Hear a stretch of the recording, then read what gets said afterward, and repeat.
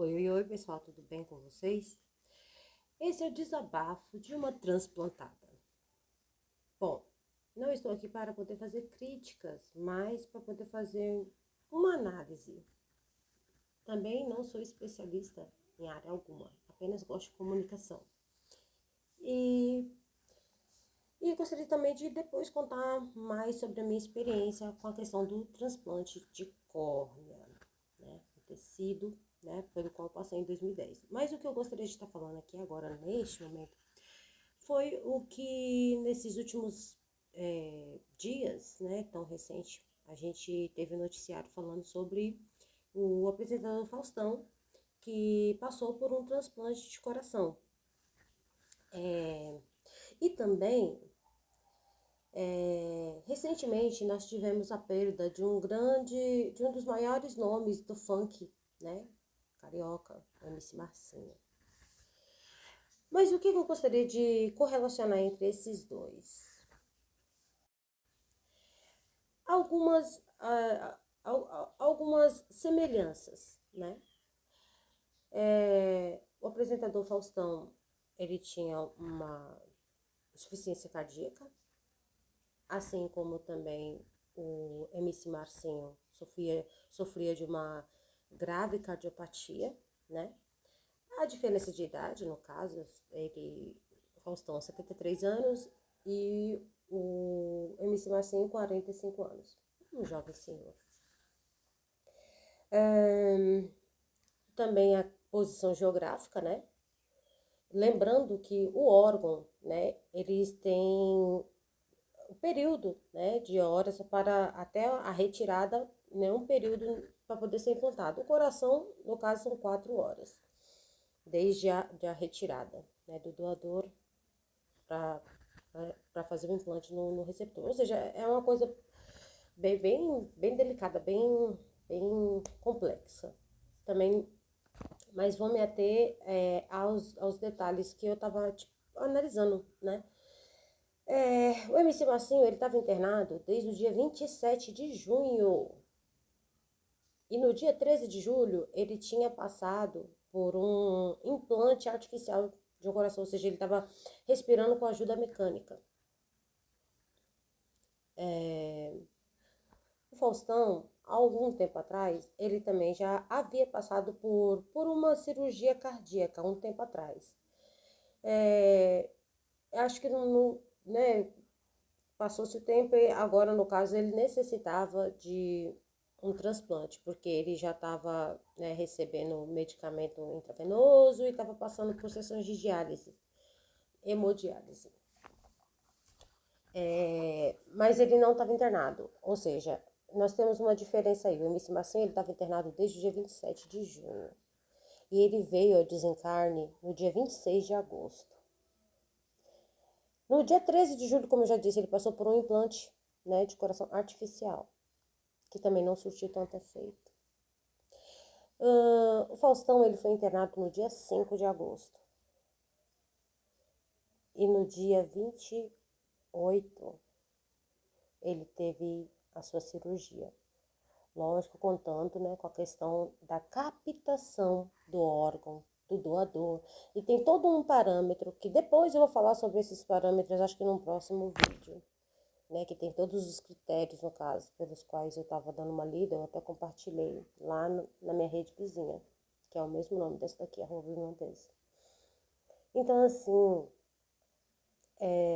sem falar também que tem várias coisas que corroboram, né, na rapidez da receptação do órgão. Ou seja, também tem a questão da prioridade também, né, igual tem aqueles que, que estão recebendo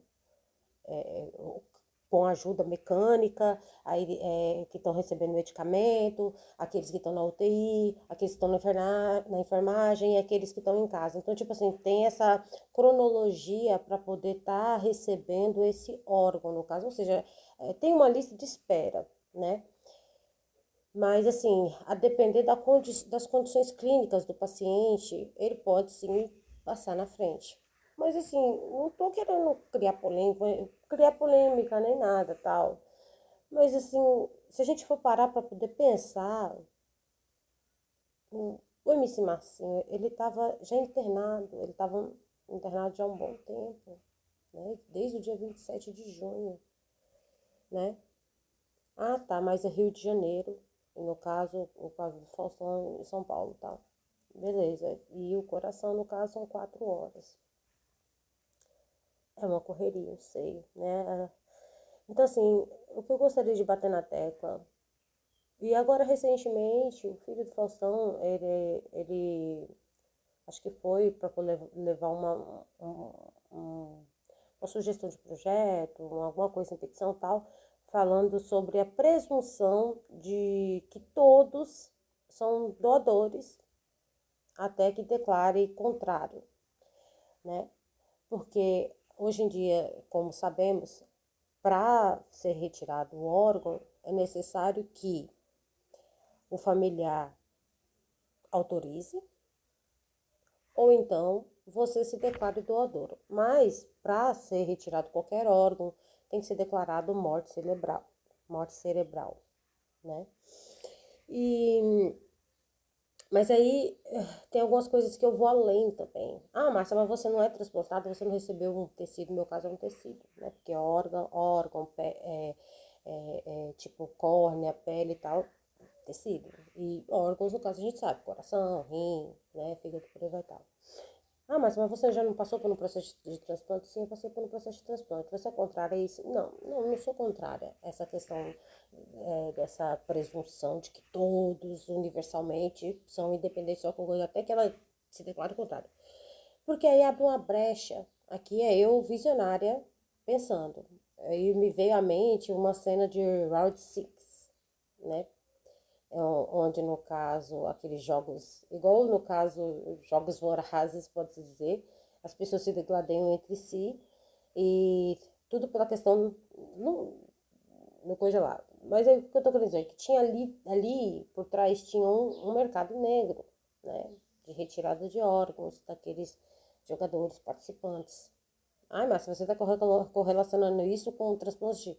O que eu quero dizer é o seguinte, que há, se não, lógico que há a questão da ética e tudo mais tal, mas infelizmente a gente vive num mundo, quer queira, quer não, capitalista, e que existem sim pessoas que fazem qualquer coisa por dinheiro, né?